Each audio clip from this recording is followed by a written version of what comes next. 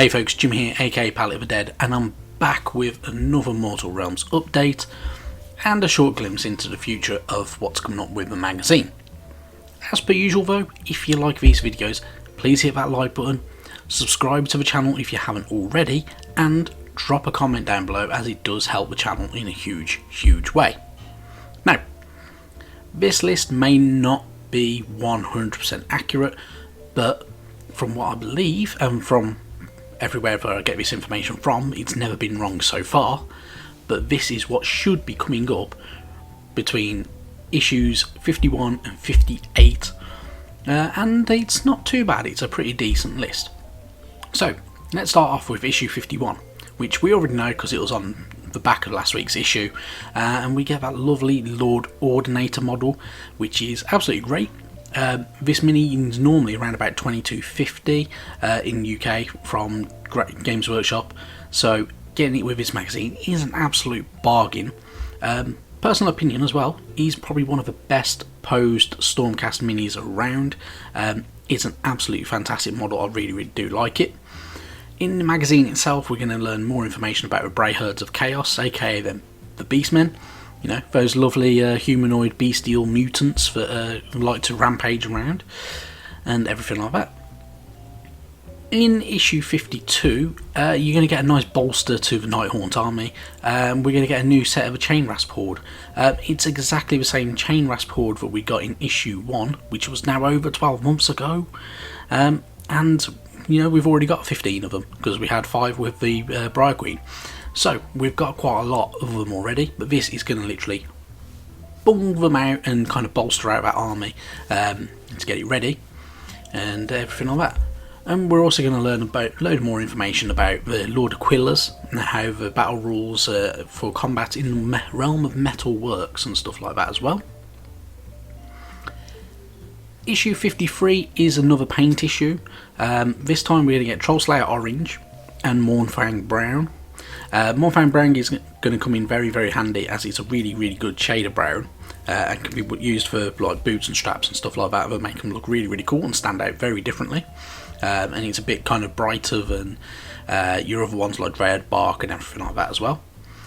We're also going to learn information about how using the Realmscape features in the battle will work and how it affects your game as well, so it kind of makes your game stand out a little bit better. In issue 54, we're going to get more terrain. Now, this is another sprue from the Time-Worn Ruins from the Dominion of Sigmar scenery range. Yeah, not the super huge thing, but I'm fascinated by, in all honesty, having more scenery. It will come in very handy because you can make things look a lot different on your battlefield, but personally it doesn't bother me in the slightest.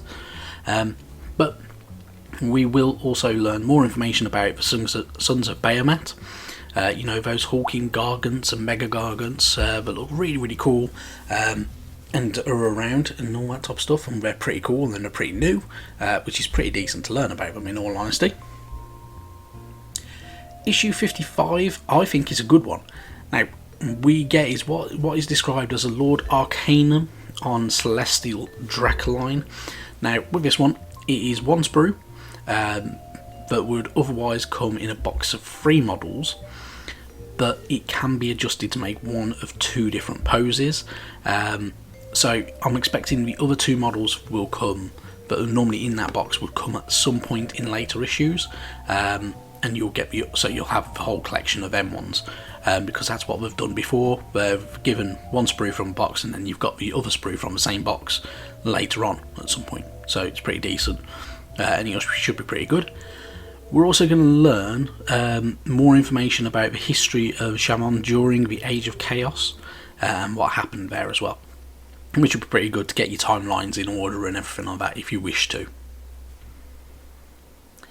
Issue 56 has another Nighthaunt champion to add to your ranks. However, this time it is that pretty cool looking Knight of Shrouds that's unmounted. This model is another one that's a bargain as well, in all honesty. The model itself would normally be 20 quid, but you're getting it for $7.99, so you can't complain. It's a pretty good one. It's a decently posed model as well. It's quite nice, holding that sword aloft, and pretty cool model. Definitely a nice one to get as well on that. We're also going to find out more information about the lovely murder elves, better known as the Daughters of Cain, who are of course led by Marathi, which that Marathi model is one of probably the best models that you can get in the whole of the Age of Sigmar range as well, which is a pretty damn cool one. Now, pretty good. Now, issue 57, I don't have an image of a cover for it, but from what I know is that we will get a set of 5 Hex Wraiths. Now, these Hex Wraiths are your mounted units for good old Nighthaunt. However, they can also be made into Black Knights if you wish to. So it just depends if you want something ethereal or if you want something a bit more skeleton-y and a bit more bony. But either way, on horseback. Pretty good models and definitely worth picking up an issue of this one, because it will bolster out a skeleton army or a Nighthaunt army if you wish to. Very, very good for its value. And lastly, we're coming to issue 58. Now, issue 58 is more paint, in all honesty. From what I can find out on this one, it is a pot of Retributor armour, which we've already had one pot before, but be very, very good, because the amount of Stormcast Eternals, you're going to be going through all that gold paint in no time at all, so this one's a very, very good one to have. And we also get a pot of Caraberg Crimson, which is another shade. With that shade, you can make your Nighthaunt have a very, very different look if you wish them to as well.